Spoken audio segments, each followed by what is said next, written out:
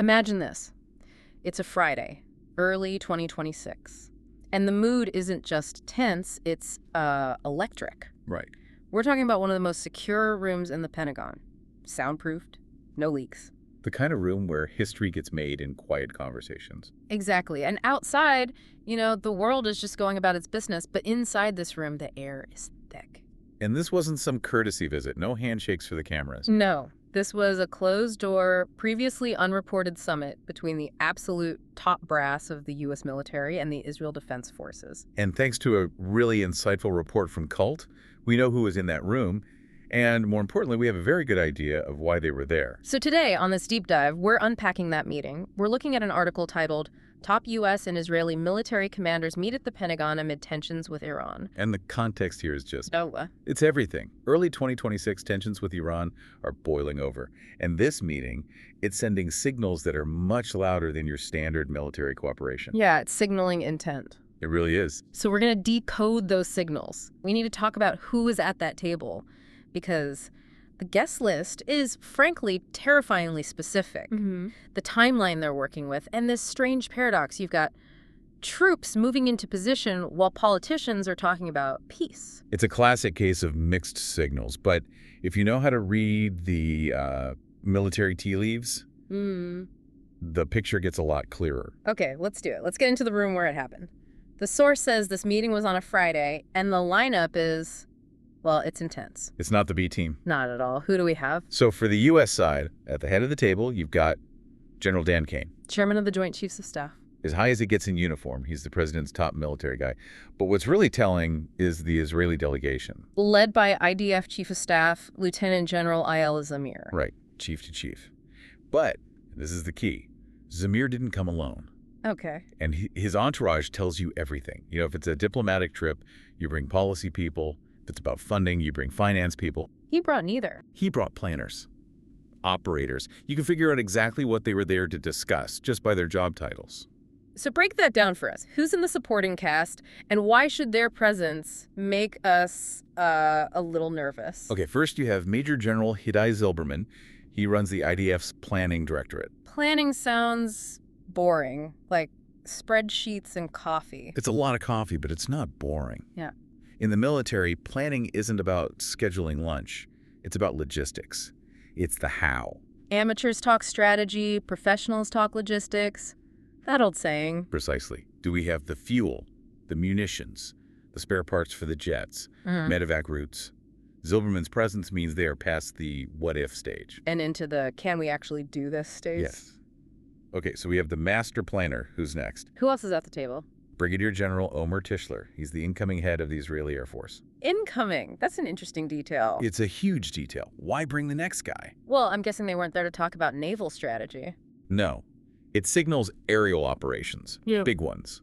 And the incoming part means if you're planning an OPSIP that launches in, say, 6 weeks, he's the one who'll be in the command chair. He needs to be in the room now. He's going to own the execution. You got it. You want the guy who has to live with a plan to be the one who signs off on it. Makes sense. Okay, and who else? And then the person who sort of ties it all together, Brigadier General Manny Liberty. Which is just a fantastic name for a general. Sounds like he's out of a movie, right? Yeah. But his job is deadly serious. He's the head of the operational division in the Directorate of Military Intelligence. So, intelligence and operations combined. Think of it like this. Some people collect the intel, the raw data. General Liberty's job is to find the needle in that haystack. He does target selection. He turns raw data into a list of coordinates. Hit this building, third window from the left, at 0200 hours. That's his world. So let's recap. You have the planner for logistics, the future Air Force chief for the delivery system, and the operational intel chief for the targets. When you put those three roles in a room together, you are not talking about broad alliances. You're building a kill chain. You are coordinating a specific, complex action. Yes. And the source is explicit about this. It says the talks focused on preparations for a possible U.S. military action against Iran. That's the headline. The report says President Trump is considering launching attacks. This meeting was about synchronizing the watches for that possibility. And it didn't happen in a vacuum, right? This was actually part 2 of a sequence. That's right. Just the week before, Israel's military intelligence chief, Major General Shlomi Binder was in Washington. And he was sharing intel on Iranian targets. With the Pentagon, CIA, the White House, he was laying the groundwork. So let me get this straight. Week 1, Binder comes in, drops off the target list, here's where the bad stuff is. The raw data, yeah. Then week 2, the heavy hitters fly in to talk about execution. It's a logical progression. From here's what we know to here's what we might do about it. It shows a very deliberate process. Which brings us to, I think, the most alarming part of this source, the timeline. It's not vague. No, usually it's sometime in the future or if conditions worsen. This is not that. No. When Zamir got back to Israel, he went straight to the defense minister on Sunday to assess operational readiness.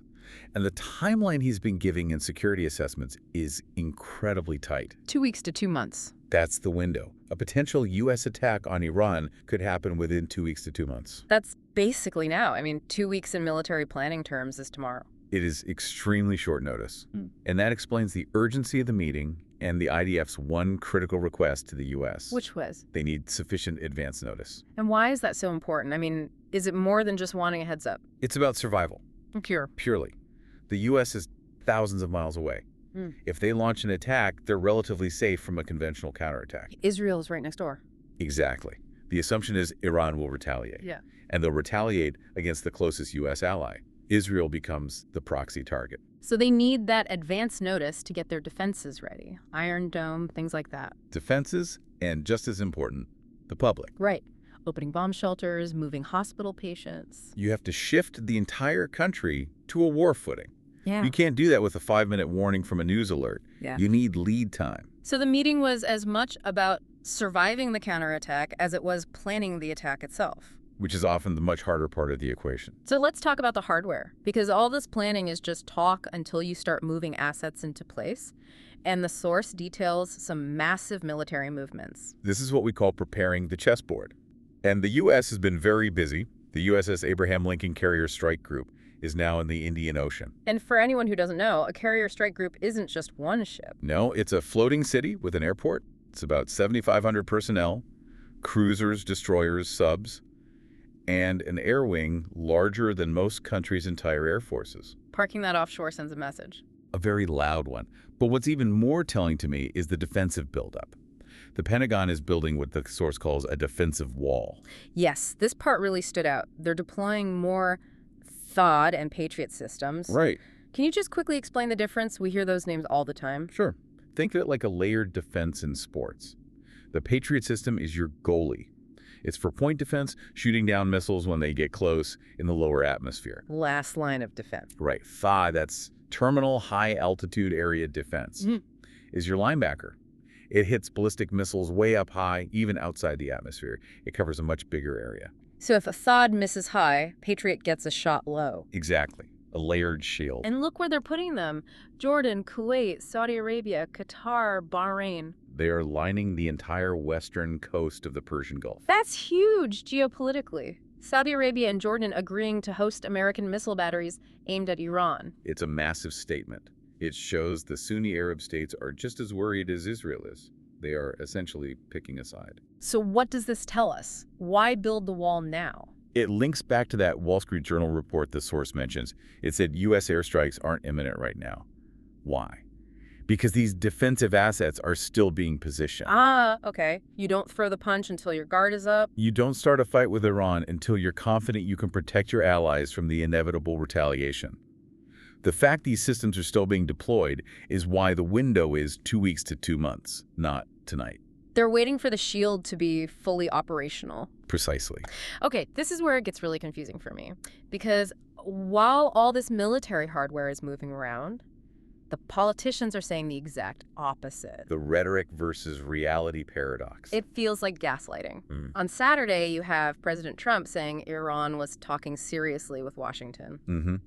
And you have Ali Larijani, a top Iranian official, saying structural arrangements for negotiations are progressing. Structural arrangements? That sounds like they're about to sign a deal. It sounds like they're arguing over the shape of the negotiating table, not planning a war. So how do you square that? Negotiations are progressing and carrier strike group in the Indian Ocean.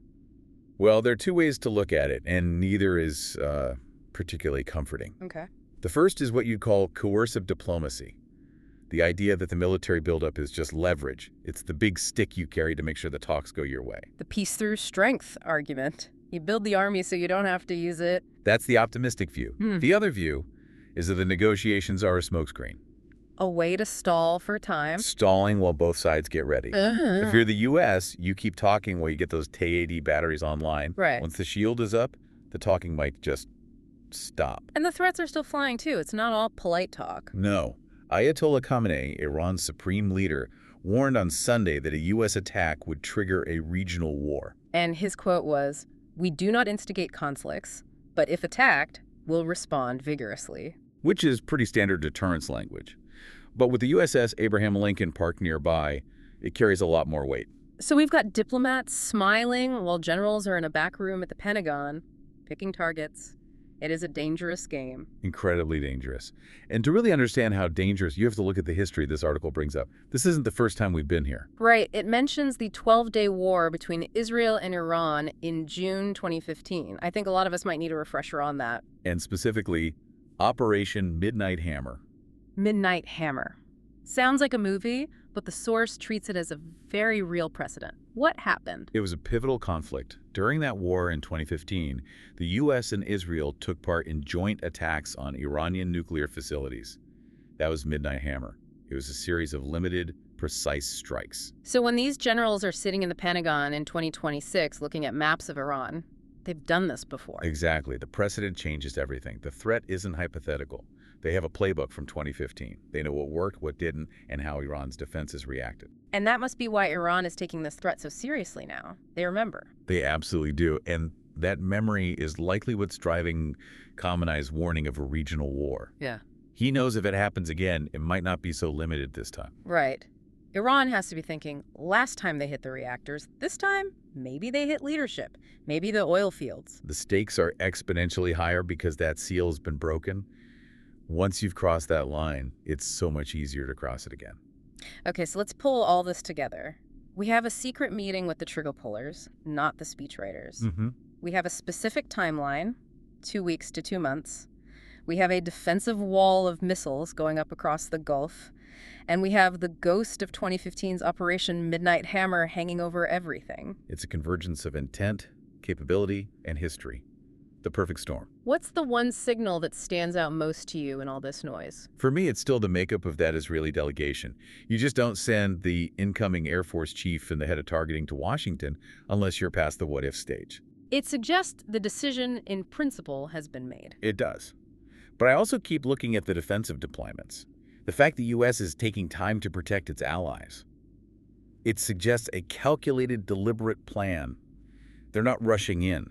They're anticipating the blowback. Which means they expect the blowback to be significant. You don't build a storm wall for a bit of rain. Exactly. And getting those Arab nations to agree to host those missile batteries costs political capital. You don't spend that unless you think you really need to. And the clock is ticking. That's the countdown. 2 weeks to 2 months. It's amazing how much information you can get from one meeting if you just know who is in the room. That's why you have to watch the movements, not just listen to the press conferences. The movement of a carrier tells you more than a press release ever will. So what should we be looking for in the coming weeks? Watch the background. Forget the headlines about talks for a second and watch the logistics. Are those Patriot batteries in Saudi Arabia operational? Has the USS Abraham Lincoln stopped moving and settled into a patrol pattern? When the pieces stop moving, that's when to worry. When the pieces are set, that's when the window opens. That's when the safety comes off the weapon. And that 2-week mark is coming up very fast. It is. Before we go, I just want to leave everyone with one final thought. We have 2 clocks running right now. The diplomatic clock and the military clock. Exactly. One clock is for negotiations that are supposedly progressing. The other is a 2 weeks to 2 month countdown driven by the speed of military deployments. The real question is, which clock runs out first?